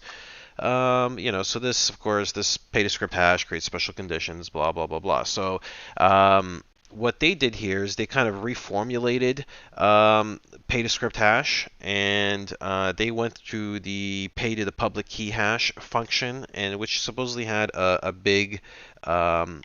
I guess somebody messed it up. They messed up one of the functions. Let me see if they talk about it here. But Alex, maybe you could. I gotta find that Twitter link you posted, but somebody explained it very well. That basically the function was supposed to have a greater than kind of thing, and it was a less than thing. So basically, the function accepted zero signatures as being valid for a certain transaction. Yeah, it was a really simple error. Basically, the way they wrote it is the multi-sig wallet was supposed to require, either, like let's say you're like 5 signatures, either 5 or more signatures. Well, they cocked that up and they put it was like that many or less. Less meaning you could even put 0 signatures and still open it up. Yeah, 0 counts. 0's less. So, the computer did exactly what it was told to, and it allows, less than a certain number of signatures. And so that's how the multi-sig wallet function was broken. Just a simple error like that. That's pretty funny. Who put in the equal sign? It was supposed to be less than. Well, no, it's supposed to be greater than or equal to, but they put less than or equal to. Yeah, That's funny. As Bitcoin, little bit of coding. As the Bitcoin Core developer Gregory Maxwell posted on Reddit, kind of describing this. Let's see here, what did he say here? The script had no security at all, he explained. According to Maxwell, the code's architects only checked to see if the multi-sig transactions would work with the exact number of private keys needed to send a transaction. They did not test transactions if more or fewer keys than necessary are present. So it was a huge oversight, and so he found 2 significant problems. Multi-sig spends fail if more than one minimum number of keys sign a transaction. Second, anyone can tap the multi-sig funds with too few signatures, such as none at all. So I guess somebody figured out that they could, this is obviously does not apply to all wallets. People who did utilize multi-sig, including, which was used by some of the more popular wallets, I think here. And the result was, well, this one BSV user, for instance, Aaron Zoe, lost 600 BSV to an attack exploiting the weakness on his multi-sig wallet. So 600 BSV. Do the math on that. What is that? That's 60 grand. Damn. Right there. 60 grand worth of BSV up in smoke. Not a happy day. He trusted the wallet, said it was introduced by CoinGeek, which of course is the pro BSV media outlet that's aligned with Calvin Ayre and Craig Wright. So my condolences to anybody who lost money, and small oversight, and I'm sure this really hurts because, BSV is trying to, kind of lives under the shadow, under the cloud of Craig Wright and a lot of controversy, and I'm sure there's probably good people in that community, in that space, decent development with good intentions to try and scale Bitcoin, and it sucks that, one little mess up in the multi-sig deployment can be one of the biggest mistakes in crypto, history. Kind of how do you screw up something this bad, right? Where your wallet can be exploited to such a degree, right? Zero signatures to sign for your multi-sig wallet. Oof. Big oof. So I think a lot of people have lost money from this. My condolences to those guys, but Yep, maybe something some people have heard about. On the BSV front, all right, last story or so. Any thoughts there, guys? Yeah, well, pour one out for your homies on that one. Indeed. I think it's crazy that like something that exploitable wasn't noticed sooner. Yeah, that's downright crazy. We've seen some pretty elaborate exploits in the crypto space in recent years, and this one seems kind of like almost low rent. Like, Yeah, wow. so like like there's been some like that were on like par of like Ocean's 11, like where they're waiting for different timings to get out and then get their liquidity. But like this one seems like just Daryl walking up with a card at an ATM machine. Yeah. Like it just seems ridiculous that it could have that big of a flaw and it wasn't noticed. Yep, brutal. So you walk into a bank and you're like, I would like some money. They're like, Can I have some money, please? Like you got it, bud. You want a helicopter too? Although to be fair to the BSV people, I'm not sure how. I gotta research this a little further, but I don't know how widespread the problem was. Obviously, you'd need to have your funds in a multi-sig wallet that was susceptible to this, and you'd have to be targeted by an attacker looking to hit your address, right? So I'm sure the reason why that guy was targeted is because it was the biggest bag of BSV they could find. Yeah, maybe. I mean, 60K isn't that much, but yeah. I know, but still, you'd have to weed through all the wallets just to find one. Yeah, I'm not exactly sure how I think it only worked if it was someone who was using that multi-sig wallet. Exactly. It didn't work on like every BSV because otherwise they would have just opened up the Satoshi Everything. Nakamoto. Yeah, it would have opened up the Satoshi Nakamoto one. So there's millions in there. So exactly. So billions it's really yeah. There's literally millions that I mean, yeah, it's locked away on Bitcoin, it's locked away on BCH, it's locked away on BSV. Yeah. Yeah, a lot of BSV's tokens are like basically still unclaimed, right? Because it was forked from Bitcoin, so existing Bitcoin holders have the rights to those BSV tokens, and a lot of those people not necessarily claimed their BSV and so forth. Okay, finally, we got this one from Trust Nodes. Bitcoin nears 18K. Trump opens war options with Iran. I don't know if you guys heard about this. I just want to touch on this because this is kind of more like trending global news, which is like murmurs of Trump supposedly gearing up to go into a war with Iran. You guys heard about this? I have not. Yeah, he asked what the options were. Yeah. And everybody was basically like, the options are that you should probably not do this right now. Yeah, no kidding. But it's an odd one. I'm not sure how I feel about this. Although, well, we had those strikes. I don't know if you guys remember at the beginning of the year. They hit that Soleimani guy in the Iraqi airport, I think it was. And we were gearing up for World War III. Iran back then. Then COVID came and that changed everything. So I don't know if we're getting back on the I don't know if we're getting back on the Iranian war path. I certainly hope not. I'm sure you guys know what my views were on it then. Stay the hell away from these types of conflicts. But I guess what this article is pointing out is that go figure, right? We're maybe entering another war footing, and Bitcoin's price is appreciating, and it's got an interesting kind of geopolitical aspect to it because the Iranian regime is big on Bitcoin, right? They seem to just like keep embracing it more and more, and I think recently I read something along the lines of Iran is like the government's further approving and sanctioning Bitcoin, so. It's kind of interesting, and I wonder if there is any kind of war brewing. Is this going to be like macro FUD for the world economy that might bring Bitcoin pumping even further? I will point out one thing. If you guys remember that Soleimani strike that I mentioned in January, like right when that was happening, and everybody in the internet was screaming, "Oh my God, World War III starting!" Bitcoin price was going bonkers at that moment. So, when the missiles start flying, I know this may not be too many cases, but this examples of this in the past. Maybe Iran's buying up Bitcoin. I mean, we've heard rumors that Iran's kind of interested in using Bitcoin to duck sanctions. Maybe Iran heard about this. They're like, oh shit. Why didn't we do this way? Yeah, they finally why didn't we do this way earlier? Yeah. Indeed. Like some Iranian prince was like, "Oh, I got FOMO right now. Bitcoin price goes. Got to get some." Wasn't that during the same time that I believe Iran's spot price, like their local price, like for some reason jumped to like 20 something grand randomly? No, I think that was a few months prior to that. No, I think you mean their currency fell very hard versus the USD, and I do believe they were related because the U.S. has put punishing sanctions upon them, and then also did this assassination.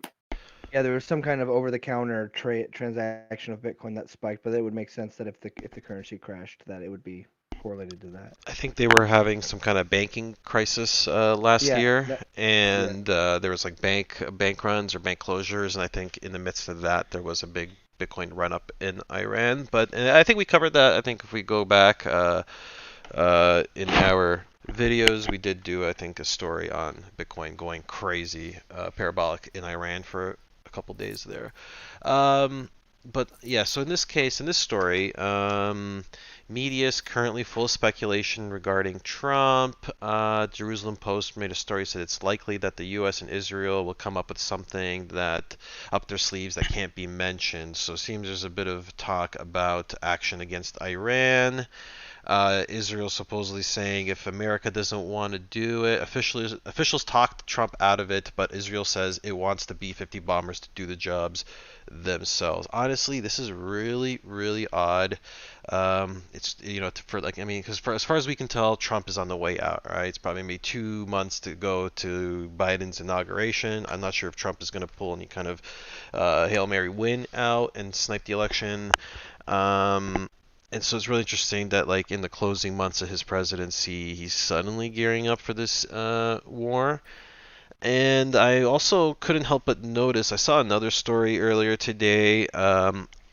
So this relates to, Israel was a major supporter of Trump, right? Trump was very close with Netanyahu, and geopolitically, the two nations, is probably, one of the greatest developments for between the two nations under Trump. And it was interesting to see that in the whole Biden controversy and Trump not conceding, Israel was one of the earliest countries, Netanyahu was one of the earliest countries to kind of acknowledge Biden as president. And a lot of people saw that as a snub of Trump and didn't look good. And almost like the tide was changing geopolitically. Go figure. Now this whole Iranian story enters the picture. Trump's supposedly ready to go again, and I also read today that Israel and Netanyahu are walking back their Biden congratulations, I guess, right? So it's like suddenly, Israel's back on maybe, back to supporting Trump as president, especially if this gets contentious, and at the same time, Trump is ready to kind of scratch their back with a bit of a strike on Iran. So I don't know if I'm reading too much into it. I just think it's interesting how Iran is suddenly entering the picture. This is not a good time. I don't think, the president should be getting into a conflict right now, especially if he's about to transition. But maybe he knows something we don't. Maybe Trump is pretty confident he ain't going nowhere, and so he's ready to open up a war, which is just not cool. So not cool. I mean, he was kind of anti-war for a big part of his administration. Didn't really kick off any hot wars. Didn't. He's not a good loser, so. Yeah, this is weird. And again, with like Israel suddenly has his back again, right? First they dumped him for Biden, and now now Iranian strike back on the table. Oh, and here comes Israel coming back around. Maybe Trump is the president after all. Very, very. We're gonna get, if he's not president again, we're gonna get a bunch of weird ass TV shows from him. Yeah, there's a lot of speculation about that too. He's not in jail. If he does get, well, I mean, I'm not sure what you'd arrest him for, but huge. But yeah, I've heard that recently too. Big stinker. If he gets kicked out, he gets sacked. They're saying that he wants to start his own media network, his own Fox News. Yeah, we're never gonna hear the fucking end of it. Which would, help him set up supposedly for his 2024 campaign, but I don't know how much that is just bullshit speculation. But that kind of covers today's news, guys. I'm going to quickly look at the live chat because I haven't looked at it for the last 20 minutes since looking at the news. So I'm just going to quickly acknowledge the last few people in the live chat. And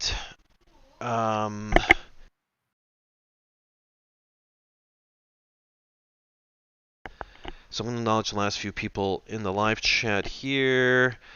Dark Rico, Trump stopped wars during his term, not start them. Yep, many of his supporters feel that way. Subtextually, I just hope he gets thrown in prison for a long time. Again, you guys are going to have to clarify what are the crimes Yeah, that Trump has kind what's of a long committed. time?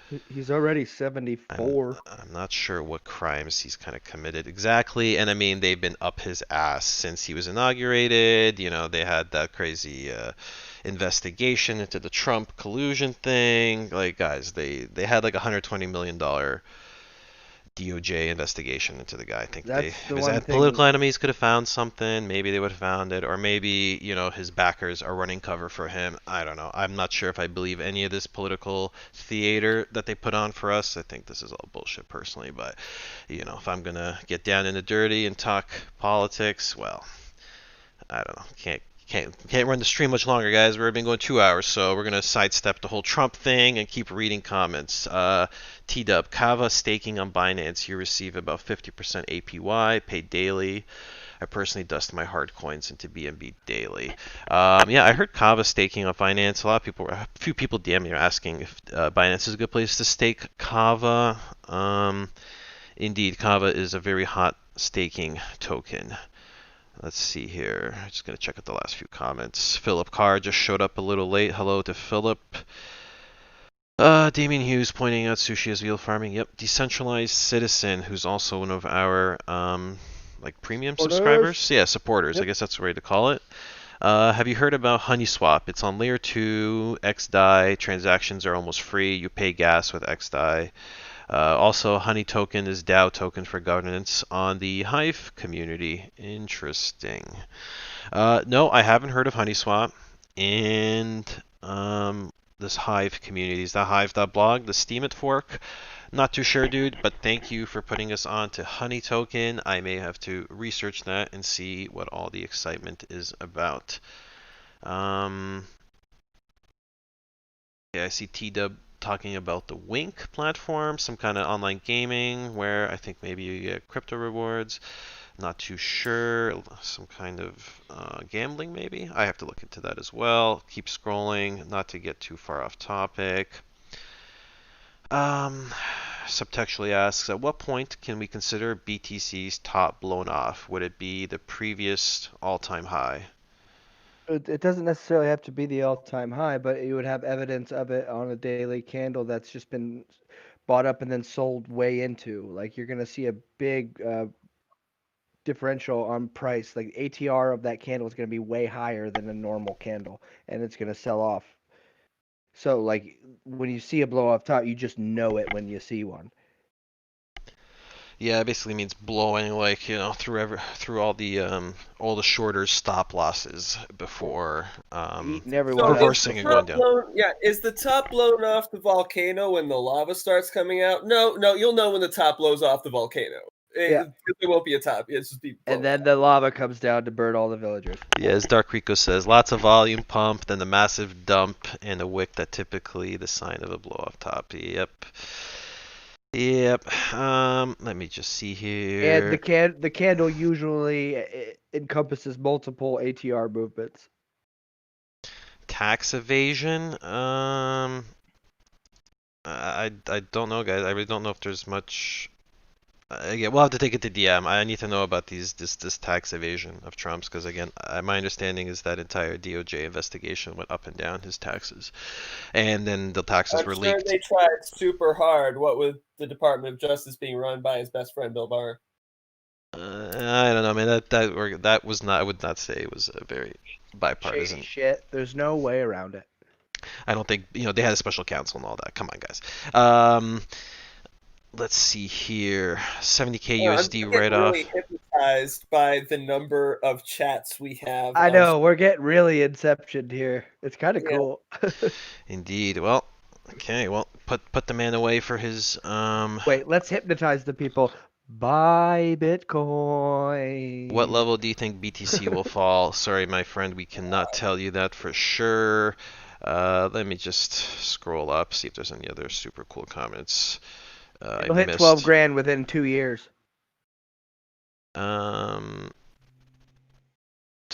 Beeflo says I could see Jack in the Lambo, chest hair hanging out, saying "Sup, babe." Oy, Sup, oy, babe? oy. Oy, oy, oy. Yo, my Lambo days are over, guys. Seriously. Hey, big boy. I put my money into better things nowadays. Yeah, like Wi-Fi. Oh Hey, can yeah. you guys push our likes over 50? Can you Yeah, do yeah. that? Come on, guys. Yeah, 10, come 10 on. likes 10 of left. you have it like. We're Do heading it. we're heading Do toward it. we're heading toward the exit, guys. So, hit those likes before we go out the door. Been a good day in Bitcoin land. I will mention that yeah, we hit 10K subscribers, I noticed. So, congrats to everybody. Whoop, Thank you whoop. to the community. We hit 10K subscribers a couple days ago, I suppose. Oh, nice. We should have partied a lot harder on that. Indeed, that's a big milestone. 10K people with all the shadow banning and all that suppression. YouTube does not take favorably to crypto content much anymore, and I think we're somewhere in the on their shit list, right? So, despite all that, we're here, guys. We made it to 10K subscribers. With any luck, that 10K number will translate to new all-time highs. Let's say maybe 100K BTC this cycle. That would be cool. Sign me up.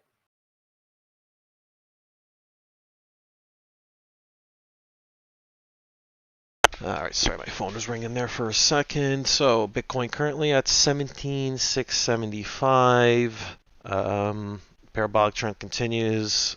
Guys, don't get caught on the wrong side shorting this thing. Don't I see people keep, like, for instance, this comment that just came in here, like,